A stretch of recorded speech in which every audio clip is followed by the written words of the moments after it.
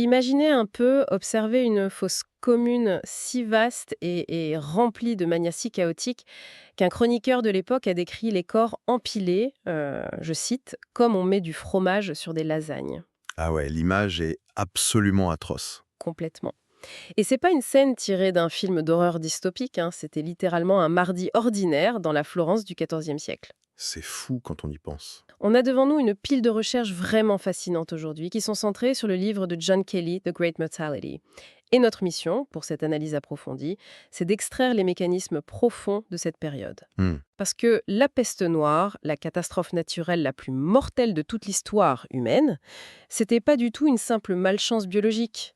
C'était la conséquence directe d'une première forme de mondialisation, de bouleversements climatiques extrêmes et d'une ingénierie humaine qui s'est retournée contre elle-même. Ouais, et le plus troublant quand on se plonge dans ces sources, c'est de réaliser à quel point le Moyen-Âge tardif, ça correspond pas du tout à l'image d'un monde isolé et statique qu'on s'en fait souvent. C'est clair, on imagine souvent des paysans enfermés dans leur village. Exactement. Alors qu'en fait, c'était un réseau tentaculaire, ultra bouillonnant, qui était traversé par des routes commerciales internationales, reliant l'Europe du Nord jusqu'aux confins de la Chine. Une vraie toile d'araignée mondiale. Voilà. C'est une hyper connexion qui rappelle d'ailleurs étrangement l'architecture de notre propre monde moderne, quoi. D'accord, décortiquons un peu tout ça, parce que c'est ce qui rend cette plongée si pertinente pour ceux qui nous écoutent.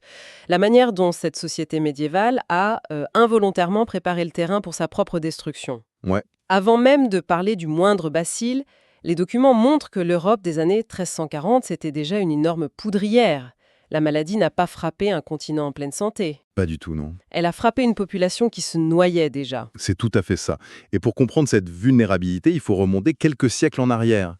Les données climatiques révèlent que de l'an 1000 à 1250 environ, l'Europe a traversé ce qu'on appelle le petit optimum. Le petit optimum, d'accord. C'est une phase de réchauffement. Ouais, une longue phase de réchauffement naturel. Du coup, les hivers sont doux, les étés sont super longs.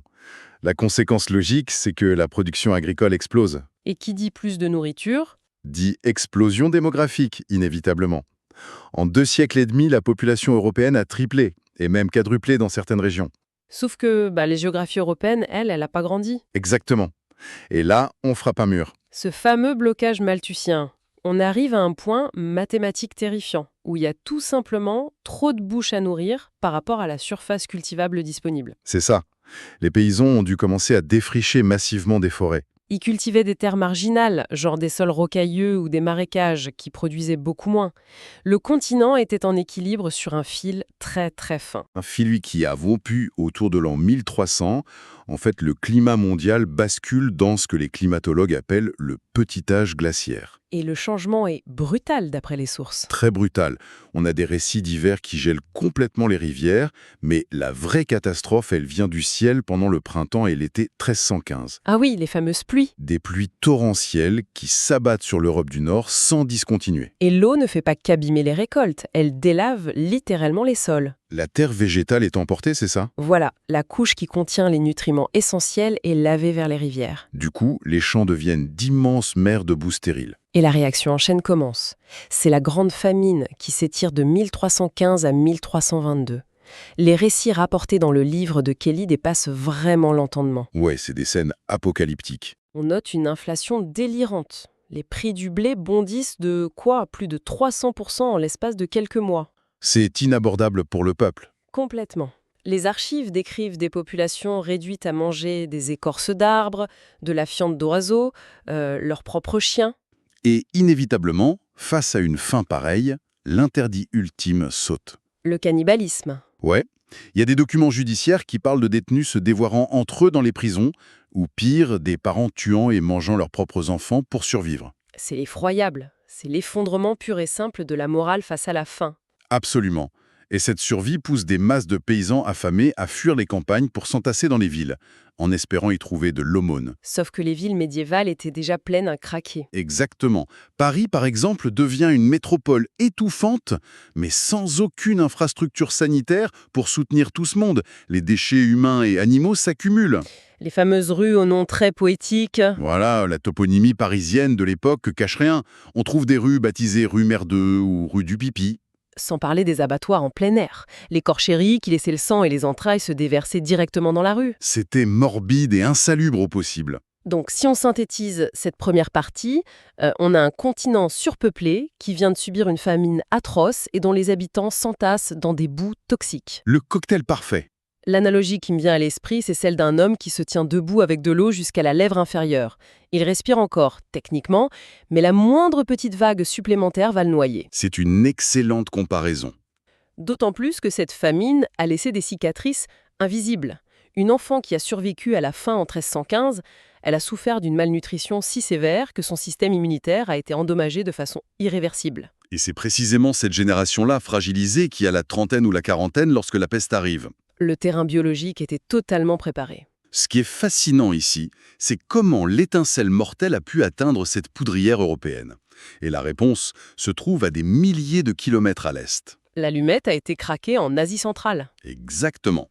Et c'est le plus grand empire terrestre de l'histoire qui a fourni l'autoroute. Attends, on parle bien de l'empire mongol, là. Parce que j'ai toujours eu cette image de conquérants nomades qui rasaient des cités entières. C'est difficile de les imaginer comme des architectes du commerce mondial. C'est un paradoxe historique brillant, en fait. Les conquêtes initiales ont été d'une brutalité inouïe, c'est indéniable. Oui, Gengis Khan et tout ça. Voilà. Mais une fois l'immense territoire eurasien unifié sous une seule autorité, du Pacifique à la mer Noire, les Mongols ont instauré la Pax Mongolica. La paix mongole. C'est ça.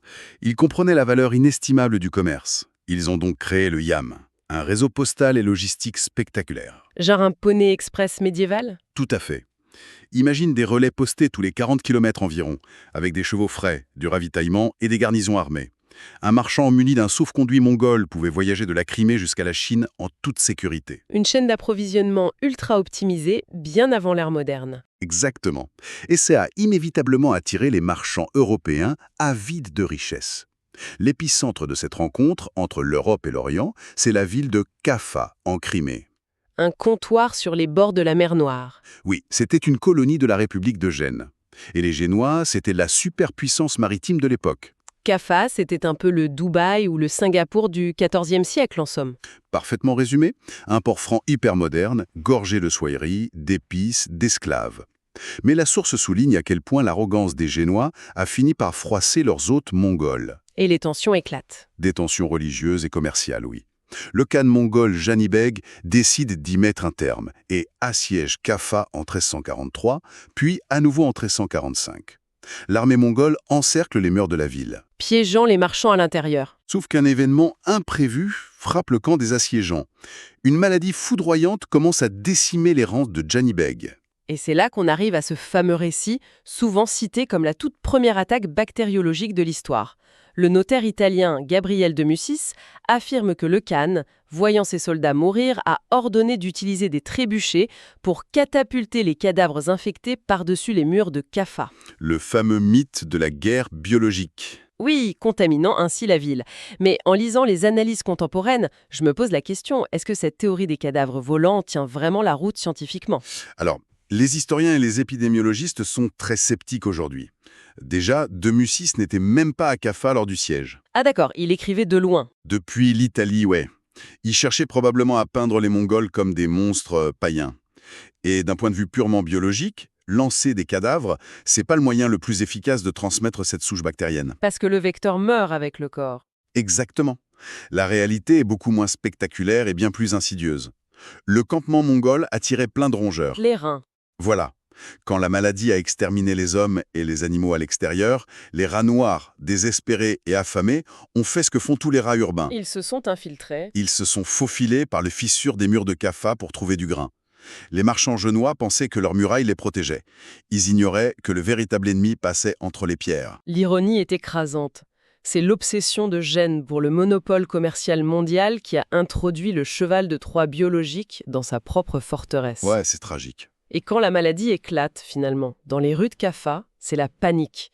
Les marchands courent vers leurs galères, ils lèvent l'ancre et fuient par la mer Noire, puis vers la Méditerranée. Sans avoir aucune idée de ce qui voyage avec eux. Cachés dans les cales de leurs immenses navires. Oui. Et pour saisir la mécanique de ce désastre qui s'annonce, on doit faire un zoom radical et observer la maladie au niveau microscopique. Plongés au cœur du pathogène. Tout repose sur une bactérie, un bacille nommé Yersinia pestis. Les recherches pointent vers une origine dans les steppes d'Asie centrale, où elle circulait de manière endémique chez des rongeurs sauvages. Principalement une grosse marmotte appelée le tarabagan, c'est ça, hein? C'est ça. Sauf qu'une marmotte des steppes, ça monte pas à bord d'une galère génoise. Il fallait un intermédiaire. Et le pont biologique parfait, c'est le fameux Ratus ratus, le rat noir. L'ultime passager clandestin. Oui, contrairement à la marmotte sauvage, le rat noir a évolué pour vivre en symbiose avec les infrastructures humaines. Il est super agile, il grimpe les cordages, ronge les sacs de céréales et se niche dans les balles de tissu. Mais le rat n'est que le véhicule de transport dans cette histoire. Le véritable assassin, le tireur d'élite, c'est la puce qui vit sur ce rat. La Xenopsylla cheopis. Xenopsylla cheopis, oui. Et c'est là que ça devient vraiment intéressant. Le mécanisme par lequel cette puce propage la maladie, ça ressemble à de la science-fiction horrifique. La biologie de cette transmission est fascinante et de cruauté. En fait, quand la puce pique un rat porteur de Yersinia pestis, elle aspire le sang avec le sang. Logique. Mais dans le système digestif de la puce, la bactérie se multiplie à une vitesse folle. Elle produit une enzyme qui fait coaguler le sang à l'intérieur même de l'estomac de l'insecte. Ça crée un bouchon. Un blocage total, un bouchon solide dans l'intestin de la puce. Du coup, la puce a l'estomac plein, mais elle meurt littéralement de faim parce que rien ne peut passer ce blocage. Exactement. Et elle devient frénétique. Affamée, elle perd la tête. Son comportement change radicalement. Elle abandonne son rat mourant et saute sur la source de chaleur la plus proche. Qui s'avère souvent être l'homme. Voilà. Elle plante ses pièces buccales dans la peau humaine, tente désespérément d'aspirer du sang. Mais à cause du bouchon bactérien, le sang bute et reflue. Ah, l'horreur. La puce régurgite alors violemment ce sang, mélangé à des milliers de bacilles de la peste, directement dans la circulation sanguine de sa victime. Et elle répète cette morsure frénétique sur plusieurs personnes avant de mourir. C'est glaçant. Une simple puce bloquée devient l'équivalent d'une seringue hypodermique vivante, complètement hors de contrôle, qui injecte l'apocalypse. C'est exactement ça. Et une fois que la bactérie pénètre l'organisme humain, la source décrit 3 formes distinctes d'évolution. La plus célèbre étant la peste bubonique. Oui, le bacille cible le système lymphatique. Les ganglions, principalement à l'aine, sous les aisselles et dans le cou, se mettent à gonfler monstrueusement pour combattre l'infection. Les fameux bubons, ou gavocciolio en italien. Et la douleur était tellement foudroyante que les malades adoptaient des postures contorsionnées. Ils pouvaient même pas tolérer le frottement d'un simple drap. C'est horrible. Et ces tumeurs finissaient parfois par éclater, non? Ouais, des tumeurs noires de sang coagulé qui dégageaient une odeur de putréfaction terrifiante. C'était le corps qui pourrissait de l'intérieur alors que le patient était encore conscient. Et le pire, c'est que la bactérie ne s'arrêtait pas là. Si le patient survivait assez longtemps, ou si la charge était trop forte, le bacille s'attaquait aux poumons. La peste pneumonique. Et là, c'est un tout autre niveau d'urgence, parce que l'infection devient aéroportée. Plus besoin de puces ou de rats, du coup. Non. Une personne infectée, tous crachent des gouttelettes de sang chargées de bactéries dans l'air d'une ruelle bondée et contaminent des dizaines d'autres personnes. Sans antibiotiques, le taux de létalité frôlait les 100%. Sans oublier la troisième forme, la peste septicémique. Foudroyante. Le bacille submerge la circulation sanguine.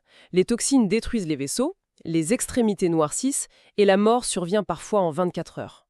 Souvent avant même l'apparition du moindre bubon. Donc, on a le vecteur parfait et un pathogène ultra-létal. Octobre 1347. Les galères génoises, infestées de rats noirs, porteurs de puces affamées, atteignent enfin le port de Messine, en Sicile. Et là, c'est le début de la fin pour l'Europe. Le chroniqueur Michel da Piazza note que les marins portaient la mort accrochée à leurs os. Dès que les amarres touchent le quai, c'est l'effondrement total de la société. La vitesse de la contagion pulvérise les structures siciliennes en quelques jours. L'instinct de survie prend le dessus sur tous les liens familiaux. Les magistrats fuient, les prêtres refusent de donner les derniers sacrements. Et pire encore, les archives parlent de pères qui barricadent leurs portes pour abandonner leurs enfants infectés. C'est la panique absolue. Les habitants de Messine tentent de fuir vers Catane. Mais Catane refuse de les laisser entrer. Les Catanais, conscients du danger, ferment leurs portes. Mais dans un acte de pensée magique désespéré, ils acceptent d'envoyer de l'eau bénite qui avait touché les reliques protectrices de Sainte Agathe. Le patriarche Ortho apporte l'eau, mais ça ne fonctionne évidemment pas. Non, le patriarche lui-même contracte la maladie et en meurt. Le choc psychologique d'un tel échec est immense pour l'homme médiéval. L'Église, qui était l'ultime rempart contre le chaos, se révèle totalement impuissante. Cela soulève une question importante sur la manière dont les autorités ont réagi. Quand le cauchemar remonte, la botte italienne, au printemps 1348, Venise réagit avec une ingéniosité surprenante. Ils inventent littéralement le concept de santé publique moderne, n'est-ce pas? Oui, le gouvernement vénitien est très pragmatique, ils comprennent que la maladie vient des bateaux, ils imposent donc l'ancrage des navires suspects sur des îles isolées pendant 40 jours. 40 journées, d'où le mot quarantaine. Exactement. Ils brûlent les marchandises contaminées, organisent des gondoles spécifiques pour l'évacuation des cadavres, une bureaucratie sanitaire avant-gardiste. Sauf que, on peut pas confiner un rat noir. C'est ça le problème. Les rongeurs nagent, utilisent les cordages, glissent dans les cales des navires de contrebande. Les forts vénitiens échouent face à la furtivité de la peste. Florence est également foudroyée. L'écrivain Boccace, dans son Décaméron, laisse des témoignages frappants. Il décrit même des cochons mourant juste en mordant les haillons d'un pestiféré. Et il documente l'émergence d'une nouvelle classe sociale cauchemardesque, les becchini. Les fossoyeurs, Oui, avec la mort des autorités, de rudes paysans prennent en charge l'évacuation des corps. Ils deviennent les maîtres de la ville, extorquent les survivants, exigent des baux de vin monumentaux. ils menaçaient même de jeter des corps infectés chez ceux qui refusaient de payer. L'horreur humaine s'ajoute à la maladie. Et Sienne, voisine de Florence, offre un témoignage déchirant. Le cordonnier Agnolo di Tura décrit ces immenses fosses communes.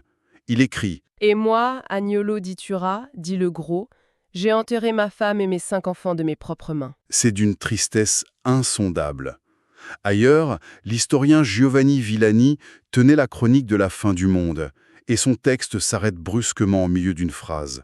La mort l'a pris en plein travail. Ce que ce drame révèle, c'est vraiment l'anéantissement de la dignité humaine. Mourir au Moyen-Âge, c'était un acte social extrêmement codifié. On mourait entouré, avec le prêtre, la confession, le cimetière consacré. C'était la garantie d'un passage sécurisé vers l'au-delà. Avec la peste, on meurt seul, dans ses propres excréments, chassé par sa famille, jeté dans un trou recouvert de chaux. Le tissu de l'humanité a été déchiré. Mages sont l'aide précieuse de l'humanité. Le bacille s'est servi de nos plus grands accomplissements comme d'armes contre nous-mêmes. Nos navires immenses ont relié les foyers d'infection. Nos villes prospères et denses se sont transformées en parfaits incubateurs. Le réseau de la Pax Mongolica a fluidifié la diffusion de l'Apocalypse. La vulnérabilité du Moyen-Âge ne venait pas d'un manque d'intelligence, mais de l'architecture même de sa prospérité. C'est une sacrée leçon d'humilité sur nos systèmes interconnectés actuels. Complètement. Une concentration massive de population couplée à des inégalités, ça crée une fragilité systémique. Quand un simple grain de sable ou une puce entre dans la machine, l'effondrement est mondial. Ce regard sur nos vulnérabilités nous pousse vers une dernière réflexion. Pour ceux qui nous écoutent, la destruction a été presque totale. L'Europe a perdu entre 1/3 et la moitié de sa population. Un traumatisme inimaginable. Mais que se passe-t-il lorsque la poussière retombe? Les survivants se retrouvent dans un monde transformé. Le fameux blocage malthusien de la surpopulation a été violemment effacé. Il y a, soudain, une abondance de terres et de richesses à hériter. La main-d'œuvre devient rare, les paysans réclament de meilleurs salaires et brisent les chaînes du servage. L'échec des prières force à questionner l'Église et l'échec des anciens dogmes médicaux pousse la science à observer par l'expérience. L'idée est vertigineuse. Et si ce bain de sang planétaire avait été le choc violent et indispensable pour balayer les vieux systèmes stagnants? Et si la peste noire avait finalement été le terreau macabre à partir duquel la Renaissance puis notre monde moderne ont pu éclore? Une destruction fondatrice, en somme, sur laquelle nos sociétés actuelles continuent de prospérer.